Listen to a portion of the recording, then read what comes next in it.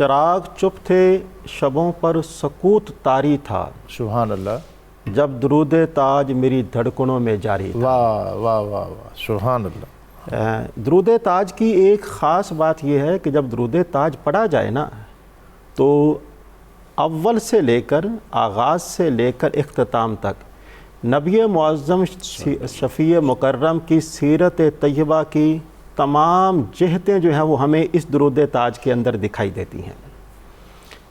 سبحان اور اس درود تاج کی ایک خاص بات یہ ہے کہ اس کے اندر اللہ کے پیارے رسول صلی اللہ علیہ وآلہ وسلم کی سیرت طیبہ، آپ کے فضائل، آپ کے کمالات، یہاں تک کہ ابتدائے آفرینش سے لے کر عالم حشر تک کے تمام احوال جو ہیں وہ ایک ہی جھلک اگر اس نے کسی کی دیکھنی ہونا تو وہ اسی درود کے اندر دکھائی دیتی ہے۔ سبحان اللہ، سبحان اللہ، سبحان اللہ۔ تو عربوں کا بڑا مشہور مقولہ ہے، کثرت الاسماء تدل علی شرف المسمى، ناموں کی کثرت یہ نام والے کے شرف پر دلالت کرتی ہے۔ سبحان اللہ۔ اور علامہ زرقانی نے اس بات کو بیان فرمایا ہے کہ نبی کریم صلی اللہ علیہ وآلہ وسلم کے 99 اسماء گرامی قرآن مجید کے اندر ہے، اور اسی طرح اللہ رب العالمین کے بھی 99 اسماء گرامی قرآن مجید کے اندر ہیں۔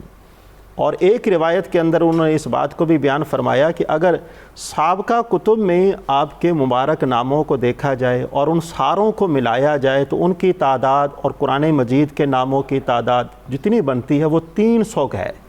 تو اس کا مطلب یہ ہے کہ جتنے نام زیادہ ہوں گے ان ناموں کا زبان پر جاری ہونے سے ان ناموں کی حلاوت جو ہے وہ آپ کے جسم کو اور آپ کی روح کو محسوس ہوتی ہے۔ واہ، سبحان اللہ، سبحان اللہ۔ تو یہ درود تاج جو ہے اس کے اندر اللہ رب العالمین کی طرف سے یہ خاصیت رکھی گئی ہے، اور اس کے اندر جس طرح کے یہ والے الفاظ ہیں، سبحان اللہ، دافع البلاء والوباء والقحط والمرض والالم۔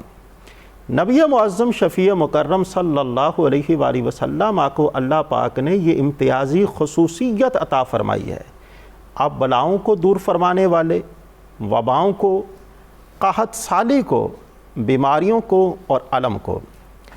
نبی معظم شفیع مکرم صلی اللہ علیہ وآلہ وسلم کا فرمانا ہے کہ جب اللہ تعالیٰ کسی سے بھلائی کا ارادہ فرماتا ہے پھر اس سے مخلوق کی حاجت روائی کا کام لیتا ہے۔ سبحان اللہ۔ اگر عام بندہ اس کی یہ شان ہے کہ اللہ پاک اس سے مخلوق کی حاجت روائی کا کام لیتا ہے تو امام الانبیاء کی شان و عظمت کا عالم کیا ہوگا۔ سبحان اللہ۔ جتنے بھی لوگ تھے جن کو کسی بھی قسم کا سکون میسر نہیں ہوتا تھا وہ پتہ پوچھا کرتے تھے کہ سکون کی دولت کے حصول کے لیے ہم کہاں پر جائیں، تو لوگ ان کی رہنمائی کرتے تھے کہ آپ در مصطفیٰ پر چلے جائیں۔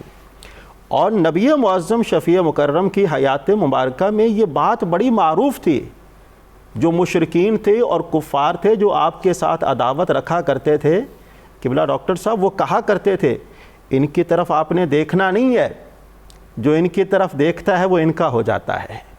پھر کہا کرتے تھے آپ نے ان کی بات کو نہیں سننا، یعنی بات میں اتنی تاثیر ہے کہ اس تاثیر کی وجہ سے وہ بات ان کے دلوں میں گھر کر جاتی تھی اور وہ اللہ کے پیارے حبیب کی بات کو تسلیم کیے بغیر نہیں رہ سکتے تھے، اور یہاں تک کہ وہ کہا کرتے تھے ان کی طرف دیکھنا بھی نہیں، ان کی بات کو سننا بھی نہیں اور ان کے پاس سے گزرنا بھی نہیں۔ لیکن جو اللہ کے پیارے حبیب کے پاس سے گزرتے تھے وہ جس بیماری میں بھی مبتلا ہوتے تھے اللہ تعالیٰ کی ذات بابرکات اس بیماری سے ان کو شفا یابی عطا فرما دیتی تھی۔ سبحان اللہ۔ میں چاہوں گا کہ یہ جو اس میں خاص اشارات اور عبارات ہیں اس پر بھی، کیونکہ ہمارے ناظرین جو ہیں وہ یہ جاننا چاہتے ہیں کہ یہ جو خوبصورت اس میں الفاظ کا پیرہن ہے اور ردم ہے، اس کے اندر کیا معنی اور مفاہیم ہیں؟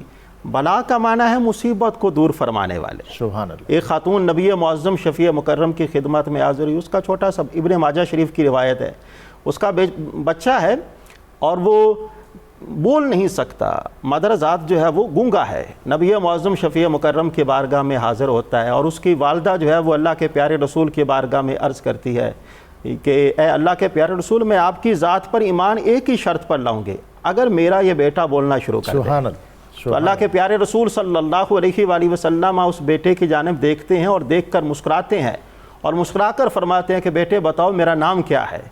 وہ بیٹا اپنی زبان مبارک سے کہتا ہے انت محمد رسول اللہ۔